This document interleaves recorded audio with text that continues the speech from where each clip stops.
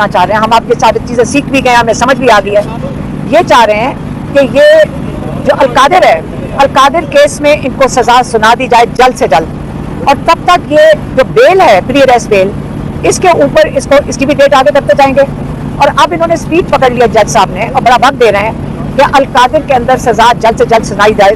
आपको याद होगा कि काजी फाइज ईसा ने मनाल का केस सुन रहे थे और उन्होंने ये बड़े एक किस्म का पैगाम इस जज को भेजा कि आप ये चोर, पता नहीं चोरी के पैसे हैं मलिक रियाज के, और आप इसके अंदर इमरान खान को सजा सुना दें। ये तो आपको पता है। अब जज साहब सिर्फ एक दिन का इंतजार कर रहे हैं कि जल्द से जल्द ये सजा सुनाई जाए, और इमरान खान को जब सजा सुना देंगे उसके बाद 2-3 महीने हमारे लॉयर्स के मुताबिक कम से कम 3 महीने लगेंगे कि ये हाई कोर्ट में जाकर, तो एक दिन का केस होता है, आपको पता है हाई कोर्ट में भी 3-3, 4-4 महीने इसको घसीटेंगे।